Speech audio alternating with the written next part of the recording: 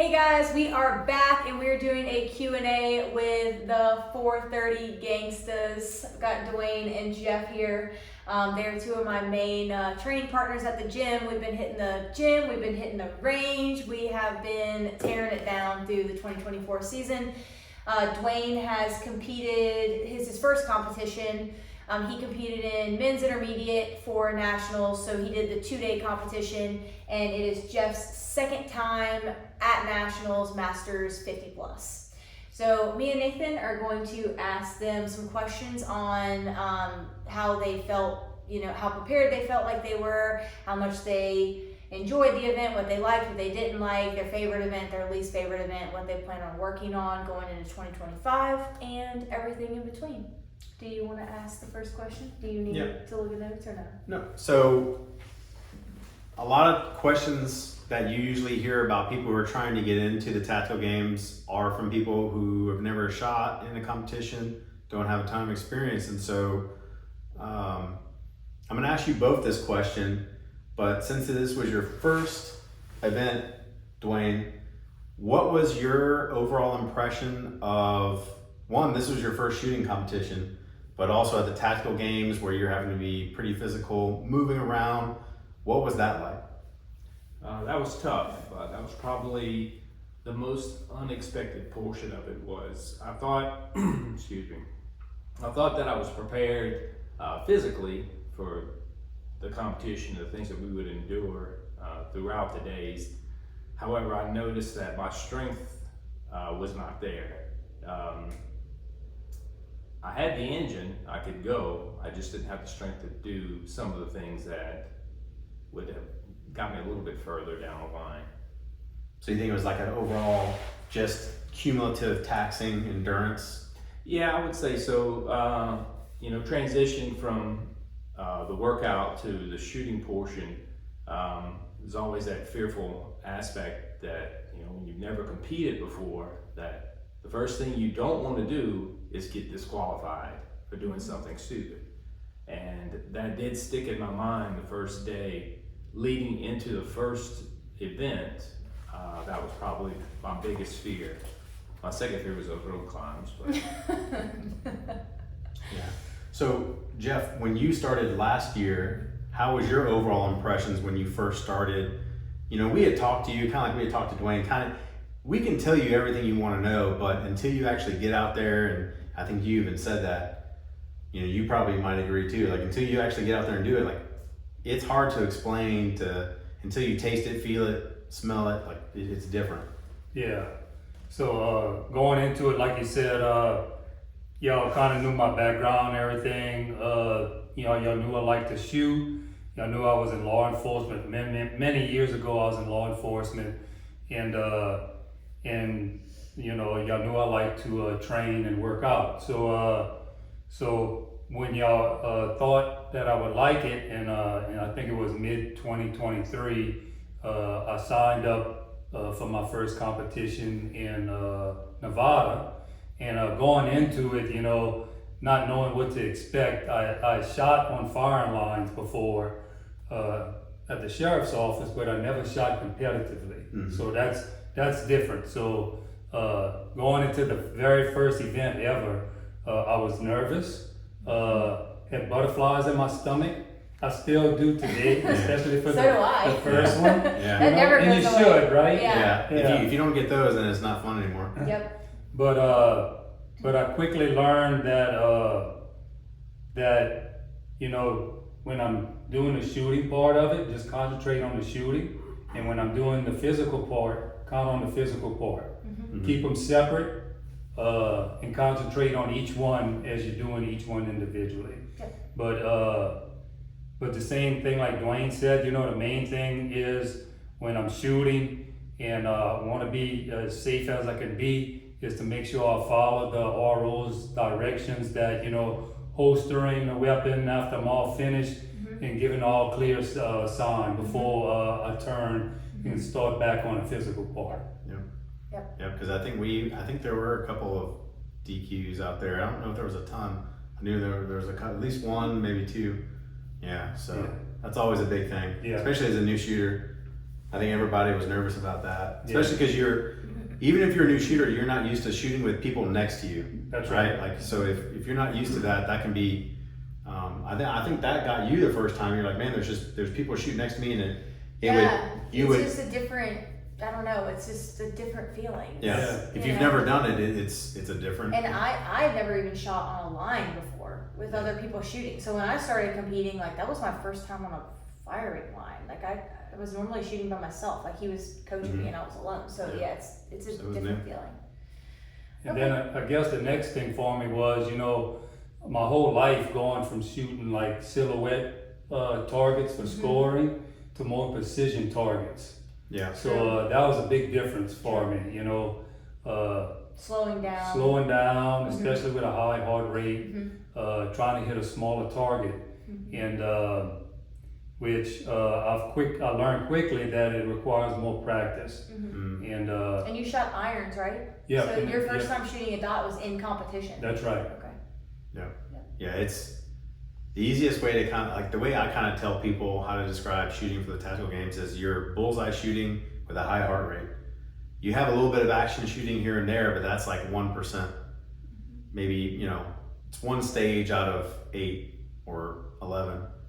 Whereas the vast majority of it is you're bullseye shooting. Like you're really having to be precise and manage that 140, 160 heart rate, so.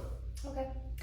So, Dwayne, you did not know what to expect. You just kind of heard from me and Jeff how it would be. You had no really anything to grasp. You were supposed to volunteer in South Carolina, but it got rained out. So, what were your expectations going in to your first event, and how did you train for that? What did your training look like going into your first competition?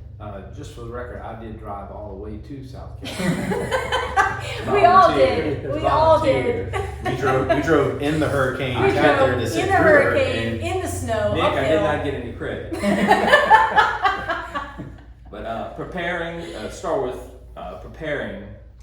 we worked out 6 to 7 days a week. If Jeff and Blair and I weren't working out together, then I was working out by myself. But the majority of the time, other than our off day on Thursday, I think we all still did something on Thursday, even though we should have been resting. Active recovery. Yeah, our active recovery. But we did work out. It's probably the most intense working out and training that I've ever done for anything in my life.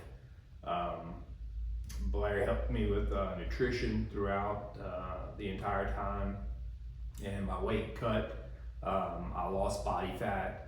Probably lost a little bit of muscle in the process, but that was probably my own fault for not taking in as many grams of protein she told me to take in. So And I kept on you. We'll You gotta eat. We'll work on that. That's in 2025, we're eating. we're getting there. The expectations, I guess, if I had to give a description of those who've been in the military in the past, probably your first day of getting there for boot camp, the only thing different was that we didn't have a drill sergeant standing over us. That's the type of, I don't want to say fear, but that nervousness that you have before you're going into some type of a competition where you're going to have a weapon in your hand. But once I got through the first stage, then I kind of felt a little bit more at ease asking people around me and seeing what people were doing and what was happening around me. Because people were just as tired as I was. Of course, they had some younger guys that didn't look quite as tired, but You were competing in the intermediate division, which has no age bracket. but they were good guys, and they all were very helpful to me, giving me pointers on things to do. But just making sure that you understand the rules going into it, understanding what your number is, what lane you're in, what time you need to be to a stage. All those things are important because if you get behind, lose time, you haven't loaded your mags out for the next stage, you're chasing your tail to catch up, then you're late, then you're behind. So, but that's kind of some of the things, the stuff that you guys talked about and told me, it didn't. Yeah, it didn't resonate till you saw it. Nah, not Yeah. till you do it. We go on Dwayne. So first off, how did you end up at nationals last year? Do you remember? So last year I competed in Nevada and then Georgia, and I think it was in Georgia when You qualified. I think it was. Yep. Mhm. I remember. I qualified for nationals, so I went into nationals last year. Had a really good time. Enjoyed all the stages. Glad we didn't see the rolling the ball with your hands again this year and losing the skin off my fingertips. Thank you. But going into 2024, I competed in 4 events, and I end up qualifying in Utah, and and then going into this nationals, what was different for me personally is in 2023 my running shape was a lot better than it was this year. I had we ran, but we didn't run to the extent that we did in 2023. So when we had that 6 mile run, it kind of kicked my butt pretty good. I came out first in Georgia in the running with the rucksack. I remember that. So going into this one, I had some high expectations that I was gonna be, in the top again in this 6 mile run, but I think I ended up middle of the pack. Okay. And I had recognized that going into that, and that will be one of the things I work on next season is I'm gonna get my running endurance back up. Okay. I know one thing that we all noticed going from 23 to 24 is your shooting skyrocketed up. Like you has improved quite a bit. So I know I unfortunately didn't get to make a lot of the range times that y'all did from work, but the range time that you three have been doing is you definitely see where it pays off. Consistency, accuracy, being able to move. So I know I saw that in Utah. Your shooting was lights out. Like I think it was like 50 yards away and I could see your pistol group because it was just a walled out hole. And I was like, Jeff's been doing work. So definitely I want to tell you like, hey, that's improved a ton. Yeah, thank you. If I think about my rifle targets from 23 into going into 24, realizing that I needed to concentrate on my shooting, and so my grouping now is not where I want it to be, but it has improved tremendously. Yeah. I've had some other guys, Jason Poindexter, real good top shooter. He's made the comment too that, man, I can see the difference in your shooting. Yeah, yeah. And it doesn't happen overnight. It was, I think that was like Kyle Martin. He put that post. He's like, dreams aren't I achieved love overnight. that post by him. It's like some dreams aren't achieved overnight, or something like that. And it's very true because Kyle Martin has the best Instagram captions. We have one of his Instagram captions on our board at the gym. Kyle Martin, he's a real one. Go, Kyle Martin. I need all the inspiration we can get. But when I first started out, my first event I had some struggles there, and it took time and effort and practice. And another like Zach, our friend Zach, he says it right when he says nobody builds this on their own. Yeah, no one's self-made. No one's self-made. That's what he says. And we're all a culmination of good mentorship, good friendship, and people around us that build us up. And a lot of people don't see what's behind, and that's something that we always say is like, must be nice, must be nice. People will hit you with that, must be nice. I'm like, well, must have been nice when we were losing sleep, working out. Must have been nice when we were eating out of a Tupperware container for Thanksgiving. Yeah, instead you of go eating to, with our family. when we go out to eat and we're eating chicken, rice, and vegetables, and more you guys than me. But I will be doing it. But the late nights trying to train, trying to dry fire, that must be nice, right? And so they don't see what's behind all that hard work. They just see the results of that hard work. Yeah. They don't see what gets you there. Yeah. And I think that falls definitely in a lot of people's ears. So it definitely, when you get someone who is newer and you know, we're going to see it with Dwayne now, you know, continue to see it with you and just see the growth. It's fun on our end, right? So I got to see it with her when she first started, and now we get to see, you know, the best thing is mentorship, trying to pass it forward. So. All right, Dwayne, favorite stage of the weekend? Favorite stage? Probably the 2-gun. Okay. With the razzle dazzle. Yeah. The old razzle Remember at the range how many times we did that drill? Yep. Man, that drill came in handy. They did. That's How right. many times did we start rifle, low ready, That's right. and Down range. Go, yep, Down. do all those Scared. reloads. Folks. Scared. Yeah, stayed down range. Did excellent on it until the last pistol box. I jammed loading, and I still had time, so I was able to drop mag. Both bullets were off the mag. I reloaded them, popped them back in, re-racked, pow, and I finished that one. Okay. So I was proud of that. It's a good recovery. To be able to recover, you know, under that kind of pressure. But you asked a second favorite? You can give me a second favorite. Oh, I want a favorite. So to 2-gun is your favorite, but I want a Something favorite that physical. was physical too. Yeah. Probably is it Chorin? Yeah. Back to Chorin? Yeah. Were you like in the middle of that workout, like, man, we did this all the time at the gym. I got this. Yes. Uh-huh. The run, I felt good on the run. Even though, you know, carrying the plate carry, we run with the plate carry all the time. We just don't usually have our holster on. But got off, shot rifle, shot all 5, got on pistol, shot, hit 4, missed the 5th one, so jumped on the bike, got 11. Okay, that was the assaulted biathlon one with the air runner, right? Yeah, that's okay. assault bike. Yeah. Got the 11 knocked out, jumped back on the runner again, knocked the 400 out, jumped on the rifle, and shot. First 2 shots, ping, ping, and my buddy in lane 1 said, "Dwayne, you hit my target."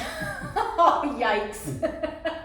So I flipped over and aimed at my target and hit the other 3, and then hit all 5 of my pistols. So got on the bike for 22 calories, and that was probably the end of it right there. It was 11 calories per miss, right? Yes, For y'all. so Okay. the first 2 when I hit the other target counted against me. Okay. Probably Okay. should have counted. Did they paint all of y'all's targets white? They're all white.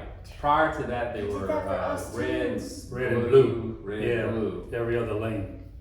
So That would have helped me so much. Were Yeah. yours painted red, blue? Yeah, ours were, because we were the first ones to go, but Dang it. that's the, you know, a lot of people, so in the beginning of tactical games, we couldn't have dots on pistols, and you had to have a 1x magnifier, or a red dot, like you couldn't have any magnification on your rifle, and so a lot of people would knock that, and they would say, oh, get into what we're shooting now, whatever, because a lot of people think that equipment is going to make them better, but arguably, if you're shooting, shooting a dot will make you a better iron sight shooter, but a dot doesn't necessarily make you a better shooter. It's the Indian, not the arrow.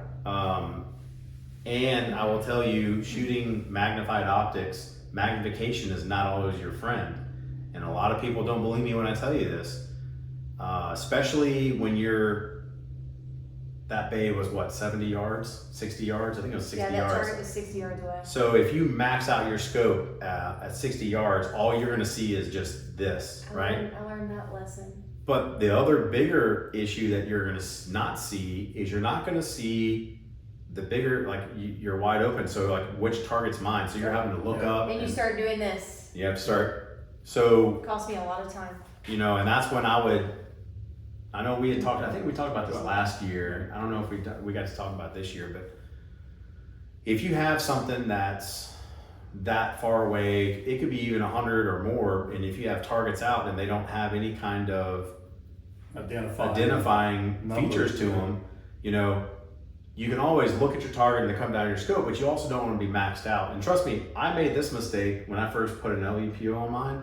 I had it maxed out the entire time and I shot wrong targets and anyways.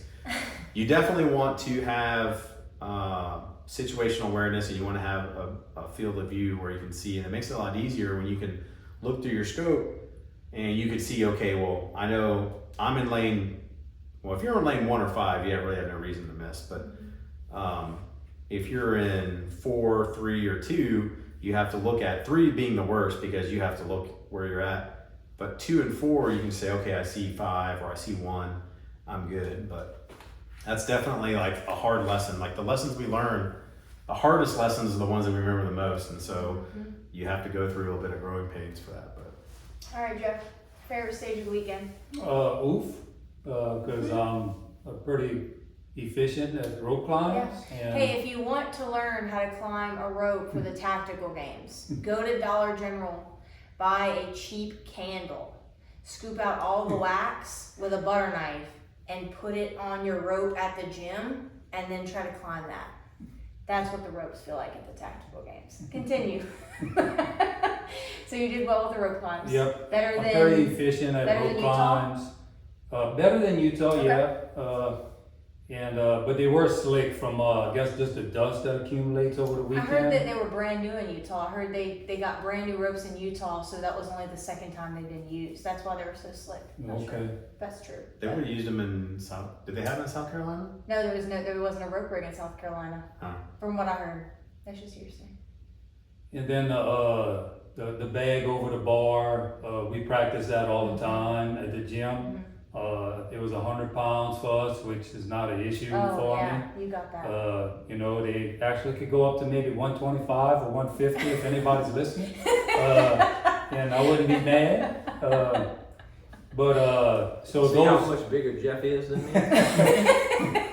so those 2 movements I'm pretty good at, and I shot well. That was probably the best event that I shot at Okay. too. And it was pistol off of a barricade? Off the And pointed barricade. Was it rifle off a barricade too? Yeah, Okay. the It was top both and the 3 barricades. slots. Okay. Nice. And I probably shot the best out of on that stage. Okay, awesome. And then my worst probably was back to choring, only because I have a shoulder issue, and we had the overhead on that stage. The foam mascaras is not an issue. We always do foam mascaras in our workouts at the gym. But I knew going into it, that was one of my fears, was the overhead. Yeah. But they did give us options to carry it, which I was able to get through it. Okay. Cool. But other than that, I enjoyed all the stages. The one with the spinner, I'd never shot a spinner before. And you I spun it. got the spinner spinning, so I was excited about that. Nice. So Nice. yeah. I'm not gonna lie, like you pulled the video out when we met up for dinner, like we were at night, you're like, man, look at this. And I'm looking at it, I was like, oh, he's gonna show me he didn't get it. The next thing I know, he's like, bing, bing, he hits it over. I was like, you got it over? He goes, yeah! And I was like, oh man, I thought this was gonna be a bad video. But I was like, you got me on that one, but no, that was solid on that one. Yeah. Okay. Do you have any other questions? I have a final one. Go for it. So both of you can go first, Dwayne. What are 2 things that you plan on working on going into 2025? 2 things. Definitely increasing my strength, trying to put on a little bit more weight, more muscle mass, and getting on the range and shooting. I think we do enough cardio to keep our engine going. I know that. I don't think that's an issue.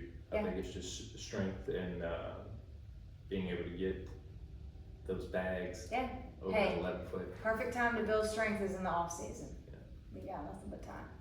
All right. Second thing. What's your second thing? You said I think strength, shooting. gain weight. Shooting. Okay, Yeah, getting on the Working on range. precision. All right. Yeah. Jeff. Yeah, definitely shooting. Just need to try to hone in even more. Just tighten my groups up even more. Practice under what you want to call it, Like time constraint? time constraint as well as Fatigue. Fatigue. Yeah, high heart rate. kind of we fortunate to have a range where we can do that kind of stuff at, and that's probably the main thing. And then second is my endurance run. I need to get back to my out running Okay. Yeah, conditioning. I agree. I'm gonna keep doing that. When too. he did the levee, Yeah, Yeah, in the backyard. right across the street. because I'm gonna say as far as the shooting part too, I'm in the 50+ division, but we have some very seasoned and experienced shooters. So just think of yourself in the next 5-10 years when you go, as you go on to your next division, you're gonna have that much more experience. Yeah, true. And you're gonna be that much harder to beat. You're gonna have all this knowledge. So that's the guys I'm competing with. These guys, some of these guys are active SWAT police officers, or just really good shooters. Yeah, they've been competing for a long time. And they've been competing for a long time. Yeah. So very tough division, even though we're 50+, it's tough. Yeah. And that's Yeah. what the old saying was, beware the old gunfighter, right? Yeah. They got there for a reason. So, but that's very true. A lot of people don't realize that. They're like, "Oh, you're a masters." I was like, just because you're a masters doesn't make it easier. Like there's still, it's challenging in its different way. A lot of people are like, "How is it different from elite?" And I was like, I can tell you right now, the shooting's not any easier. Like you got people who just shoot lights out, and it makes it that much harder. The other thing we deal with is we all have ailments. We all got something going on. So we're all like he's got a shoulder and he's got a knee. Let's cross them out. So like you do here, you do there. But like a lot of times it comes down to shooting. Yeah. So, All right, I have one more. So sorry, I'm sorry.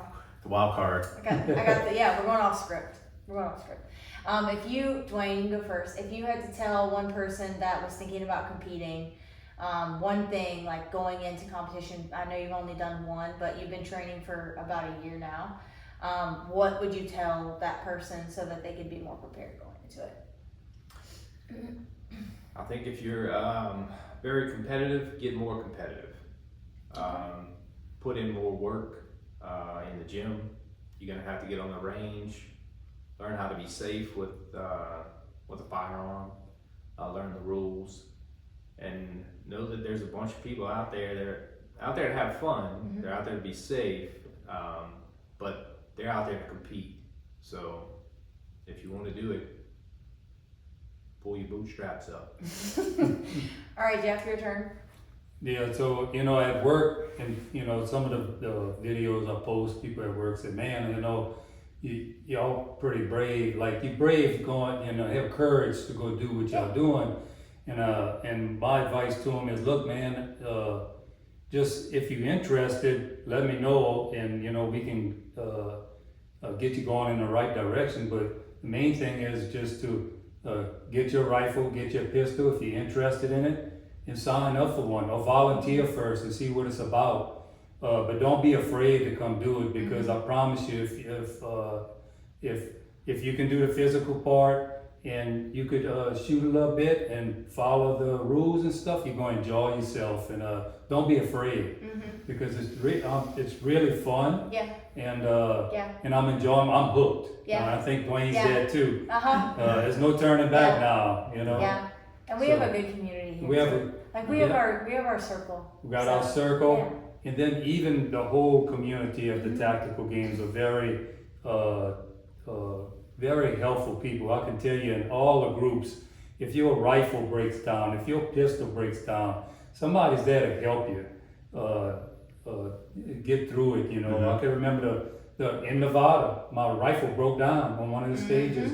I was lucky that Nathan, he fixed it for me. But I had several people from my division come up to me and say, "Look, if you need a part, if you need anything, I'll probably have it." So that's the kind of people you're competing against, So don't be afraid, and just come out. And if you like that kind of stuff, come try it out. Yeah. Two things that they both said that very, very important. Dwayne said, know the rules. So many people come out there and not knowing what the rules are, and ignorance is not going to save you.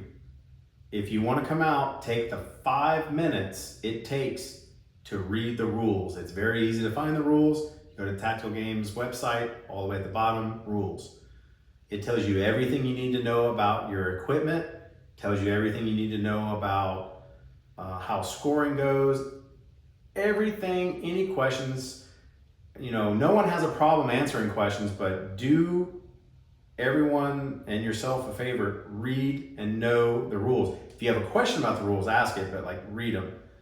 And then you said, you know, don't be afraid to come out. Volunteering, you know, volunteering is 100% the best way to learn how to do the sport because you get to see everything before you go. And to this day, I think they still allow you to get a free entry if you volunteer, so it works out. But as long as you're safe and as long as you have equipment, come out. The biggest thing is just show up. You know, everyone's nervous. Everyone had to do it for the first time sometime. No one's gonna sit there and laugh at you unless you're my friend, and then I'll laugh at you. But if you're new, no, I'm laughing at you. So but like if you're new, no one's gonna make fun of you. No one's gonna laugh at you. Don't worry about being embarrassed. You guys made some very good points right there. Okay. So Jeff, Dwayne, 4:30 Gangsters are just getting started, y'all. We ain't done yet. yeah. Want to close this out? All right, so we'll meet these guys again next year when we do an after action after the next event, and then you'll see some seasoned people talking. But until next time, we're going to be coming at you with some more information on gear, equipment, knowledge, and until then, we'll see you. Subscribe. Oh yeah, all that YouTube stuff.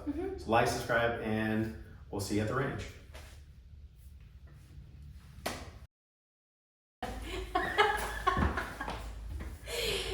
Sorry, your sandwich. It's tight quarters. First time.